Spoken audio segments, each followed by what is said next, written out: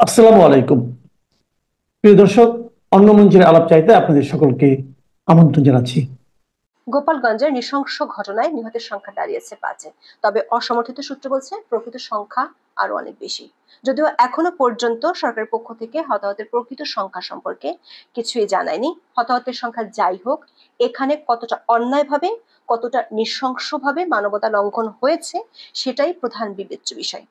ময়নাতদন্ত ছাড়া লাশগুলোর শেষকৃত্য সম্পন্ন হওয়ায় সুষ্ঠু বিচার নিয়ে বড় প্রশ্ন উঠেছে।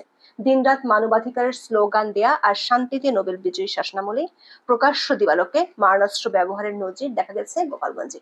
উদ্দীপনার সদস্যদের বুটের নিচে যুবকের মুক্তি হয়ে গেল যেন বুটের তলায় মানবতার নিদর্শন। গোপালগঞ্জের শোকাগ্রস্ত ৫টি পরিবার বিচার চাইলেও সে বিচার আদৌ পাবে কিনা সেই প্রশ্ন উঠেছে। কারণ এ নিয়ে যে সরকারের কোনো ইচ্ছে নেই সেটি মোটামুটি পরিষ্কার হয়ে গেছে। সরকার তো আনুষ্ঠানিকভাবে স্বীকারই করছে না গোপালগঞ্জে কোনো মানুষ মারা গেছে। সরকার দেখছে ওখানে তার কিংস পার্টির মানবাধিকার লঙ্ঘন হয়েছে। এর মধ্যে স্বজন হারানোর মধ্যেই গোপালগঞ্জের মানুষের মধ্যে বড় হয়ে দেখা দিয়েছে গ্রেপ্তার আতঙ্ক। যৌথ বাহিনীর অভিযানে নির্বিচারে চলছে ধরপাকড়। পুরো গোপালগঞ্জ জেলা হয়ে পড়েছে পুরুষ শূন্য। খুনের বিচার তো দূরের কথা, উল্টো তাণ্ডব চালাচ্ছে প্রশাসন।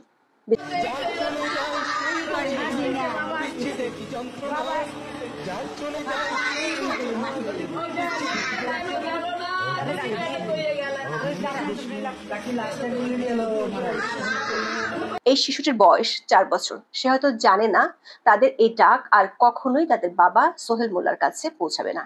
আর আরেকটি সন্তানের বয়স মাত্র ১.৫ বছর। বাবাকে চেনার আগে সে হারিয়ে ফেললো বাবাকে। টুঙ্গিপাড়া পৌর এলাকার ৩ নম্বর ওয়ার্ডের মোল্লাবাড়ির মোহাম্মদ ইদ্রিস আলী মোল্লার একমাত্র সন্তান সোহেল মোল্লা। গোপালগঞ্জের চৌরাঙ্গীতে কেরামত প্লাজায় মোবাইলের দোকান ছিল তার। ১৬ই জুলাই দুপুরে সংঘর্ষ শুরু হলে তিনি নিজের মোবাইল ফোনে সে সময়কার পরিস্থিতি ধারণ করতে গিয়ে নিহত হন। মিয়াপাড়া এলাকার একটি ভবনের ২য় তলায় সোহেল মোল্লার মা, বাবা, স্ত্রী ও ২ সন্তান নিয়ে ভাড়া থাকতেন। সেই বাসায় এখন চলছে শোকের মাতম। স্থানীয় একাধিক সূত্রে আমরা নিশ্চিত হয়েছি সোহেল মোল্লা কোনো রাজনৈতিক দল করতো না। তাই তার মা লাইলি বেগমের বিলাপের কথা মানুষের মধ্যে ঘুরছে। ওরে তোমরা কেন মাইরা ফেলাইলা, ও তো কোনো দল করতো না।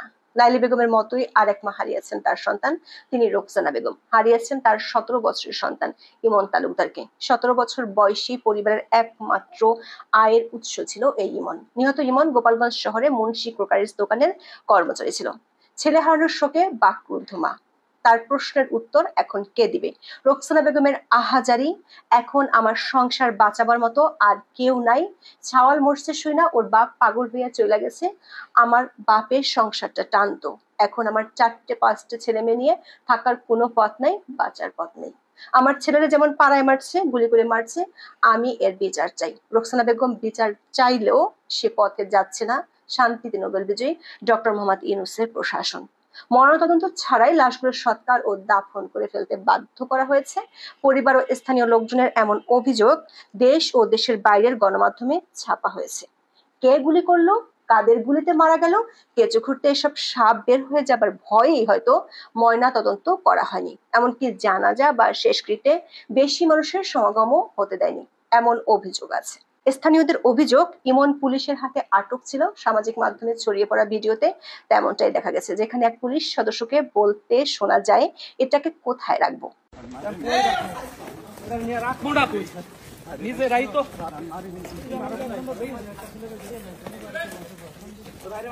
পুলিশের হাতে যখন আটক হয়েছিলেন তখন তার শরীরে কোনো গুলির চিহ্ন ছিল না। তার ৫ মিনিট পরই মারা যান ইমন। নিহত ইমনের মামাতো ভাই রানা ভূঁইয়া গণমাধ্যমকে বলেন, আমার ভাইটারে প্রাণে মাইরা ফেলতে হলো। ও তো প্রাণ ভিক্ষা চাইছিল, তারপরও কেন মারতে হলো? কিভাবে মারলো আমরা তো ভিডিওতে দেখলাম, কিভাবে সহ্য করব? স্বজন হারানোর এমন বেদনা কিংবা কিভাবে এর শোক সহ্য করবেন, এমন প্রশ্ন গোপালগঞ্জের পরিবারগুলোর। সামাজিক মাধ্যমে ছড়িয়ে পড়া বুটের তলে বাংলাদেশ নামে পরিচিত পাওয়া ভিডিওতে দেখা যাচ্ছে একজনকে টেনে হিঁচড়ে নিয়ে যাচ্ছিল সেনা সদস্যরা। সেই মানুষটির নাম রমজান কাজী, যার গলায় পায়ের বুট দিয়ে চেপে ধরছিল এক সেনা সদস্য। রমজানের বাবা বিবিসি বাংলাকে জানিয়েছেন তার ছেলের গায়ে ৩টি গুলি লেগেছে। পুত্র শোকে পাথর হয়ে গেছেন রমজানের মা। কিন্তু মোবাইলে ধারণ করা ভিডিওতে ছেলের উপর এই নির্যাতন দেখে আর সহ্য করতে পারেনি রমজানের মা। কান্নায় ভেঙে পড়া রমজানের বাবা বলছেন, আমার ছেলেটাকে মেরে ফেলছে, আমার ছেলে তো কোনো দোষ করেনি, আমি আমার সন্তানকে কোথায় পাবো? গোপালগঞ্জে নিহত 5 জনের মধ্যে একজনের মাত্র রাজনৈতিক সম্পৃক্ততার প্রমাণ পাওয়া গেছে। তিনি হলেন দীপ্ত সাহা। 25 বছর বয়সী এই যুবকের মৃত্যুতে ভেঙে পড়েছে তার পুরো পরিবার। দীপ্তর ভাই সঞ্চয় সাহা শুভ জানান, সংঘর্ষ শুরু হলে দীপ্ত চৌরঙ্গি রোডের চন্দ্রমুখী গার্মেন্টস বন্ধ করে বাড়ি ফিরছিল। মিলন ফার্মেসির কাছে পৌঁছলে তার পেটে গুলি লাগে। তিনি বলেন, আমি ভাইকে বলি ভয় পাস না, তুই বাড়ি ফিরবি। কিন্তু 5 মিনিট পর খবর আসে আমার ভাই আর নেই। দীপ্ত বিয়ে করবে বলে বাড়ি বানিয়েছিল, কিন্তু ছেলেকে বিয়ে করানোর সেই স্বপ্ন আর পূরণ হবে না মা বিবারানী সাহার। গোপালগঞ্জের ঘটনায় সবশেষ মারা যাওয়া দুর্ভাগার নাম রমজান মুন্সি। পেশায় তিনি একজন রিক্সা চালক। ঢাকা মেডিকেল কলেজ হাসপাতালে চিকিৎসাধীন অবস্থায় 17 জুলাই দিবাগত রাত 2টার দিকে তিনি মারা যান। তার ভাই হীরা মুন্সি সাংবাদিকদের বলেছেন, ঘটনার দিন গত দুপুরে গোপালগঞ্জের সদর এলাকায় সিনেমা হলের পাশে রিক্সা থেকে যাত্রী নামিয়ে ফেরার পথে রমজান মুন্সি গুলিবিদ্ধ হন।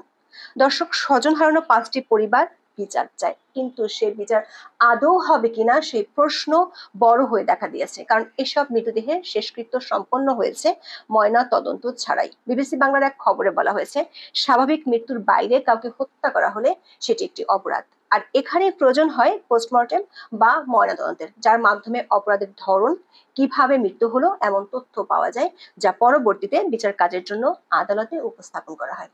সুপ্রিম কোর্টের সিনিয়র আইনজীবী মঞ্জুল মোর্শেদ বিবিসি বাংলাকে বলেছেন, পুলিশের গুলিতে মারা গেল নাকি আর্মির গুলিতে মারা গেল, বিষয়গুলো নিশ্চিত হওয়ার জন্য পোস্টমর্টেম দরকার ছিল।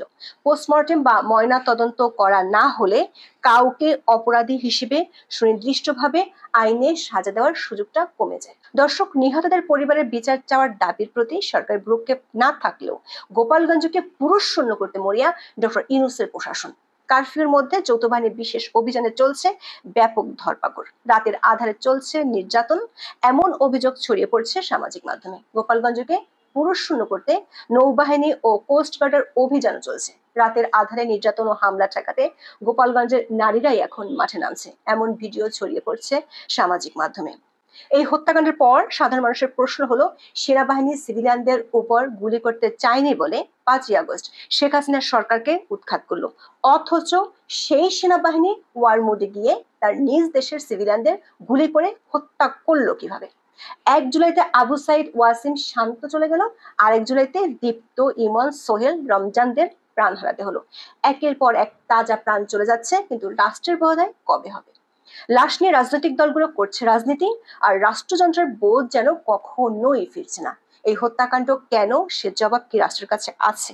পুরো পৃথিবীর বিনিময়েও একটা জীবন ফিরে আসে না, অথচ মানুষ অবলীলায় হত্যা করে মানুষকে।